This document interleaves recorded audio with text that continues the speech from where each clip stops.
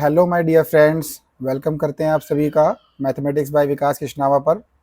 और आज मैं एक नई चीज़ को स्टार्ट करने जा रहा हूँ। जैसे कि हम देखते आ रहे हैं कि बहुत सारे बच्चे होते हैं, चाहे वो कंपटीशन की तैयारी कर रहे हो, चाहे वो 9th क्लास में हो, 8th क्लास में हो, 10th क्लास में हो। उनको कैलकुलेशन में बहुत प्रॉब्लम आती है। जैसे बेसिक बेसिक कैलकुलेशंस होती है मैथमेटिक्स के अंदर, जिसकी वजह से उनको हर एक चैप्टर के अंदर मैथमेटिक्स के मैथ्स के अंदर हर एक चैप्टर के अंदर उनको दिक्कत आती रहती है।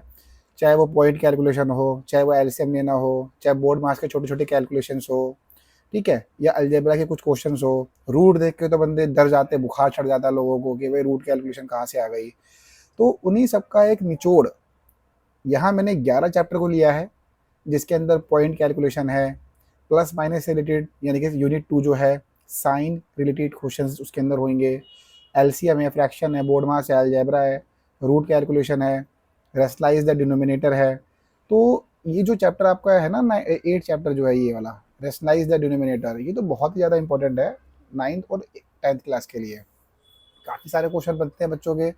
यहाँ से आप कम से कम नहीं तो 4 से 6 नंबर आप अपने बोर्ड के एग्ज़ाम में या फाइनल एग्ज़ाम के अंदर उठा सकते हो, चाहे वो 9th का हो, चाहे वो 10th क्लास का बच्चा हो। तो ये एक ऐसी चीज़ है, यहाँ पर मैंने एक सिलेबस लिखा है यहाँ पर, ठीक है। यूनिट 1 से लेकर यूनिट 11 तक हम वन बाय वन चीज़ों को करेंगे, और इसमें जल्दी से जल्दी हम चीज़ों को कवर अप करेंगे। देखो, आप मैथ के अंदर कोई भी चैप्टर पढ़ रहे हो, आपको आंसर जो है फाइनल आंसर आपका कैसे आता है?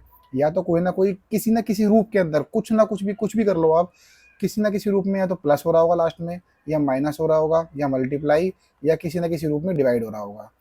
प्लस, माइनस, मल्टीप्लाई और डिवीजन, यही एक आखिरी रूप होता है जिससे आपका एक फाइनल आंसर निकल कर आता है। मिडल टर्म स्प्लिटिंग की बात करें तो वो एक अलग चीज़ हो जाती है। कुछ आइडेंटिटी बेस्ड क्वेश्चन जो होते हैं वो एक अलग चीज़ हो जाती है, बट उसमें भी कहीं ना कहीं अगर आप देखो, जैसे मैं आपको बेसिक से क्वेश्चन दिखाता हूँ। जैसे मान लो 3x+4 की पावर आपने 2 लिखा है यहाँ पर, तो आपको पता है कि इस पर फॉर्मूला लगा है।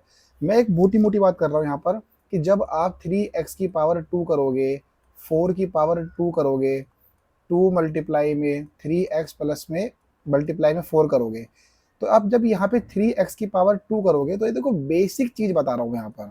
तो ये 3x की पावर 2 का मतलब क्या है? इसका मतलब है कि 3x मल्टीप्लाई में 3x। अब बच्चे क्या करते हैं कि x को x से मल्टीप्लाई करते तो यहाँ पर 2x लिख देते हैं, 3 को 3 से मल्टीप्लाई करते तो 9 लिख देते हैं। कुछ मतलब कि एक अलग ही सीन चल रहा है। समझ रहे हो बात को? क्योंकि बेसिक देखो, फाउंडेशन जितना स्ट्रांग होगा, आपको मैथ्स पढ़ने में उतना ही मजा आएगा। आपके बेसिक्स क्लियर होने ही चाहिए। आप कोई भी सब्जेक्ट उठा लो, चाहे वो साइंस हो, चाहे वो एसएसटी हो, चाहे वो मैथ हो, चाहे वो हिंदी हो। हिंदी के अंदर व्याकरण भी अच्छी होगी तो आपको हिंदी पढ़ने में अच्छा लगेगा। इंग्लिश के अंदर आपकी ग्रामर अच्छी होगी, वर्ड पावर अच्छी होगी तो आपको पढ़ने में अच्छा लगेगा। उसी तरीके से मैथ भी एक बहुत ही इम्पॉर्टेंट रोल प्ले करता है पूरे सब्जेक्ट के अंदर।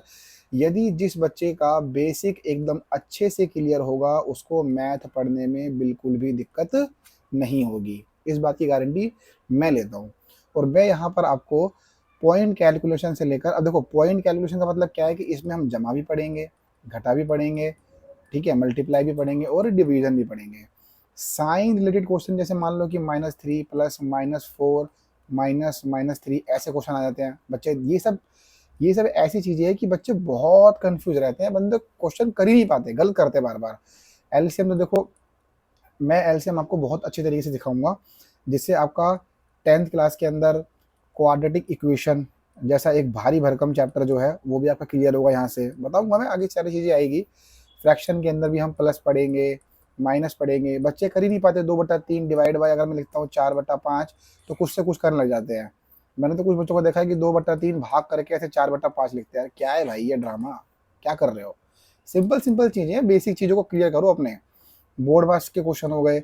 अब बोर्ड मार्क्स के क्वेश्चन का मतलब क्या हो गया? जैसे मान लो कि हम एक क्वेश्चन लिखते हैं, जैसे मान लो कि मैं यहाँ पे लिखता हूँ 2πr r प्लस में h। ये क्या है? ये total surface area of cylinder है, ठीक है। मैंने एक बेसिक सी चीज़ लिखी है यहाँ पर, total surface area of cylinder. अब क्या करते हैं लोग? अब देखो ये जो चीज़ लिखी है ना यहाँ पर, अब मान लो कि कुछ ना कुछ वैल्यू होगी। 2 मल्टीप्लाई में पाई की वैल्यू 22/7, आर का मान मान लो 3.5 हो गया, ये 3.5 हो गया, प्लस में h की वैल्यू 2.1 लगा लो। अब बंदों को पता ही नहीं कि पहले ब्रैकेट सॉल्व करना है या इसको इससे काटना है, इसको इससे काटना है, तो फिर पॉइंट कहाँ लगाना है, क्या करना है। यही यही सब जो चीज़ है ना, ये कैंसर बन चुकी है आज लोगों के लिए। तो यही कैंसर का इलाज मैं लेकर आया हूँ यहाँ पर यूट्यूब के ऊपर, और मैं गारंटी देता हूँ कि ये सब चीज़ें पूरा 1 बाय 1 पढ़ने के बाद में आपका बेसिक इतना अच्छे से क्लियर होगा कि आपको मैथ के हर एक जोन में, मतलब कि आप कोई भी चैप्टर पढ़ोगे मैथ्स का, चाहे वो वॉल्यूम एंड सरफेस एरिया हो, चाहे वो बेसिक कैलकुलेशन वाला क्वेश्चन हो, चाहे वो पॉइंट की कैलकुलेशन हो, चाहे वो अलजेब्रा से रिलेटेड क्वेश्चन हो, रूट के क्वेश्चन हो, आइडेंटिटी वाले क्वेश्चन हो, ए का स्क्वायर प्लस बी का स्क्वायर प्लस 2ab हो गया, ए स्क्वायर माइनस बी स्क्वायर जो होता है ए प्लस बी ए माइनस बी हो गया, या फिर मिडल टर्म स्प्लिटिंग के क्वेश्चन हो गए जो मध्य वर्ग को तोड़ने वाले क्वेश्चन होते हैं। तो हर एक चीज़ को आपका पूरा अच्छी तरीके से क्लियर किया जाएगा। ज़्यादा टाइम को ख़राब ना करते हुए हम अपने क्वेश्चंस को स्टार्ट करते हैं। यूनिट 1 हमारी यही रहने वाली है, पॉइंट कैलकुलेशन। तो हम अपने यूनिट 1 को स्टार्ट करते हैं यहाँ पर, ठीक है।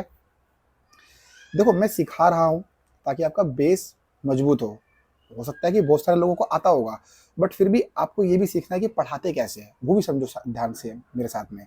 तो हम अपना यूनिट 1 को कैरी आउट करेंगे यहाँ पर, पॉइंट कैलकुलेशन, पॉइंट कैलकुलेशन, ठीक है। यूनिट 1 को कैरी आउट करेंगे यहाँ पर। देखिए मैं क्वेश्चन लेता हूँ यहाँ पर, फर्स्ट क्वेश्चन। मैं कुछ क्वेश्चन करवाऊंगा भी, आपको सिखाऊंगा भी, उसके बाद आपको मैं क्वेश्चन करने के लिए दूंगा भी होमवर्क के अंदर। तो आपको वो सारे क्वेश्चन खुद से अटैम्प्ट करने, ईमानदारी से, ईमानदारी और ऑनेस्टी से पढ़ोगे तो आपको जरूर 100% रिजल्ट मिलेगा। मैं कुछ क्वेश्चन सिखाऊंगा आपको, कुछ क्वेश्चन होमवर्क में दूंगा, फिर नेक्स्ट वीडियो लेकर आऊंगा तो उसके अंदर होमवर्क में दिए हुए क्वेश्चन को भी सॉल्व करवाऊंगा। टेंशन मत लो, पूरा हिसाब किताब ऑफलाइन वाला रखेंगे यहाँ पर हम, ठीक। तो पहला क्वेश्चन लेते हैं यहाँ पर हम, 2.61 प्लस 27 प्लस 0.61। अब जैसे मान लो कि मैंने क्वेश्चन लिया और मैं बोल रहा हूँ कि इसको ऐड करके बताइए क्या इसके अंदर आंसर आने वाला है। तो सबसे पहला काम आपका क्या है, सबसे पहला काम ये है, छोटे मोटे रूल है, ठीक है। पॉइंट के बाद, पॉइंट के बाद डिजिट को इक्वल करो। पॉइंट के बाद डिजिट को इक्वल करो। डिजिट का मतलब क्या होता है, अंक। इसको बोलते हैं हिंदी में क्या, अंक। जैसे मान लो कि पॉइंट के बाद में 6 है और 1 है, इसमें पॉइंट के बाद क्या है, 6 है और 1 है, इसमें पॉइंट है ही नहीं। तो वही मैं समझाना चाह रहा हूँ कि पॉइंट के बाद डिजिट को इक्वल करो। इक्वल कैसे करोगे जी, देखो जैसे मान लो कि मैं आंसर लिखता हूँ यहाँ पर 2.61 प्लस, अब इसमें पॉइंट तो है ही नहीं, यहाँ पर इस नंबर के अंदर पॉइंट तो है ही नहीं, तो 27.00 लगाकर, आई बात समझ में यहाँ पर। ये देखो पॉइंट के बाद 2 डिजिट, पॉइंट के बाद 2 डिजिट, पॉइंट के बाद 2 डिजिट, तो पॉइंट के बाद डिजिट को इक्वल करो, ठीक है। और जब भी नंबर लिखोगे तो पॉइंट के नीचे पॉइंट को रखो, पॉइंट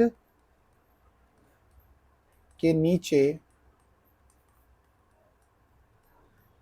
पॉइंट को रखो। अब जैसे मान लो कि मुझे ऐड करना है सबको यहाँ पर, तो देखो कोई फर्क नहीं पड़ता कि आप छोटा नंबर नीचे लिख दिया, बड़ा नंबर ऊपर लिख दिया, कोई फर्क नहीं पड़ता। आप बस इस नियम को फॉलो करो, आपका आंसर डेफिनेटली आएगा ही आएगा। जैसे मान लो 2.61 लिखा, अब पॉइंट के नीचे पॉइंट, तो पॉइंट के नीचे पॉइंट, ये 2 जीरो है तो ये 2 जीरो लिख दिए यहाँ पर। अब पॉइंट के इधर 7 लिखा है और 2 लिखा है, तो यहाँ पर आएगा 7 और यहाँ पर आएगा 2। अब यहाँ पे लिखेंगे 0.61, इन सबको ऐड करना है, ऐड करते चले जाओ, 2 6 और 6 12, पॉइंट हासिल गया 1, 7 और 2 9 और 1 10 का 0 हासिल गया 1, 2 और 1 3, हमारा आंसर 30.22 आ गया। सिंपल, बस आपको ये याद रखना है कि पॉइंट के बाद डिजिट को इक्वल करो और पॉइंट के नीचे पॉइंट का रखो। आपका एडिशन कभी गलत हो ही नहीं सकता, आपका पॉइंट वाला जमा कभी गलत होगा ही नहीं। एक और क्वेश्चन लेते हैं यहाँ पर हम। जितने भी क्वेश्चन मैं करवाऊंगा, सॉल्व करवा रहा हूँ, वो भी आपको दोबारा करने हैं, और जो करने के लिए दूंगा वो तो करने ही करने हैं, ठीक। एक और question, question number 2। 7.61 plus 276 plus 0.001 answer. अब देखो मैंने क्या बोला था, पॉइंट के बाद डिजिट को बराबर करो। तो इसके अंदर पॉइंट के बाद कितने डिजिट है? 2 डिजिट है। इसके अंदर पॉइंट के बाद कितने अंक है? 1, 2 और 3। इसका मतलब क्या है कि देखो इसमें 3 है, इसमें 2 है, तो मुझे यहाँ पर पॉइंट के बाद मैक्सिमम, देखो पॉइंट के बाद मैक्सिमम डिजिट जिसमें होंगे तो उतने करो। इसमें 3 है ना, इसमें 2 है, तो 2 से काम नहीं चलेगा, 3 ही करना पड़ेगा। तो 7.610 लगाऊंगा। इसमें तो पॉइंट है ही नहीं, तो पॉइंट लगा के 1, 2, 3 और 0.001। अब देखो पॉइंट के बाद इसमें भी 3 हो गए, इसमें भी 3 हो गए और इसमें भी 3 हो गए, तो 7.610।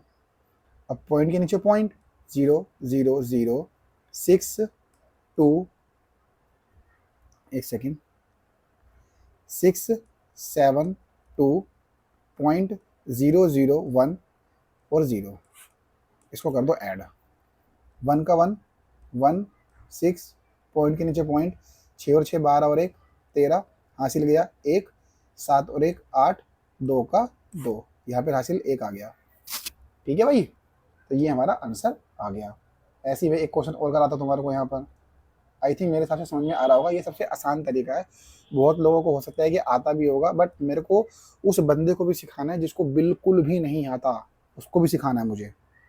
ठीक है, एक क्वेश्चन और लेते हैं यहाँ पर। 8.001 प्लस 0.008 प्लस 2.61। अब देखो पॉइंट के बाद 3 डिजिट, पॉइंट के बाद 3 डिजिट और पॉइंट के बाद 2 ही डिजिट है, तो आप 3 कर लो ना, इसमें क्या दिक्कत आ रही है? Answer 8.001 plus 0.008 plus 2.610। अब पॉइंट के नीचे पॉइंट 001 0.008। जितनी आप प्रैक्टिस करोगे उतने आप परफेक्ट होते चले जाओगे। ये मैं सिखाने के लिए कर रहा हूँ, अदरवाइज मैं तो उड़ा सकता हूँ क्वेश्चन को फटाफट से। 8 + 1 9 1 6 पॉइंट 8 और 2 10, ये हमारा फाइनल आंसर। बहुत ही ईजी है, बिल्कुल भी डिफिकल्टी नहीं है इसके अंदर। आप चाहो तो आराम से एकदम ध्यान से समझोगे बात को। नहीं समझ में आ रहा, दोबारा दोबारा रिपीट करके सुनो, दोबारा दोबारा देखो। एक बारी में चीज़ें हो सकता है कि समझ में ना आए, बट 2-3 बार में चीज़ें समझ में आना स्टार्ट हो जाती है। ठीक है, आपको समझ में ज़रूर आएगा, ऐसा कोई दिक्कत परेशानी वाली बात नहीं है, बहुत कठिन चीज़ नहीं है, ओनली जमा ही है।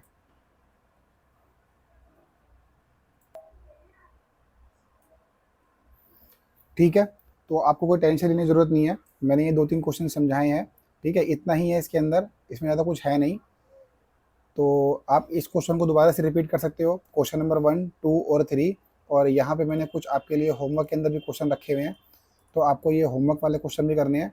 3 क्वेश्चन वो हो गए और 5 क्वेश्चन ये हो गए, टोटल मिला के 8-10 क्वेश्चन कर लो, आपका पूरा सेटअप बैठ जाएगा।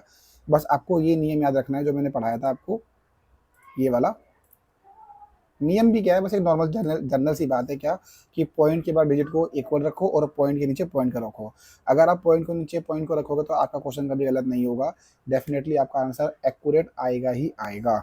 इसी तरीके से जैसे हमने आज एडिशन करा, हम सब्ट्रैक्शन करेंगे पॉइंट का, फिर मल्टीप्लिकेशन करेंगे, फिर हम डिवाइड भी करेंगे।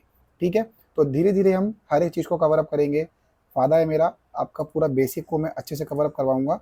जितना मैंने यहाँ पे लिखा हुआ है ये सारे क्वेश्चन बहुत अच्छी तरीके से करेंगे। और देखना, जैसे जैसे हम अपने चीज़ों के अंदर यूनिट के अंदर आगे बढ़ेंगे तो उतने ही मज़ेदार क्वेश्चन भी आपको देखने को मिलेंगे। मिलते हैं आपसे अगली वीडियो के अंदर। Bye bye.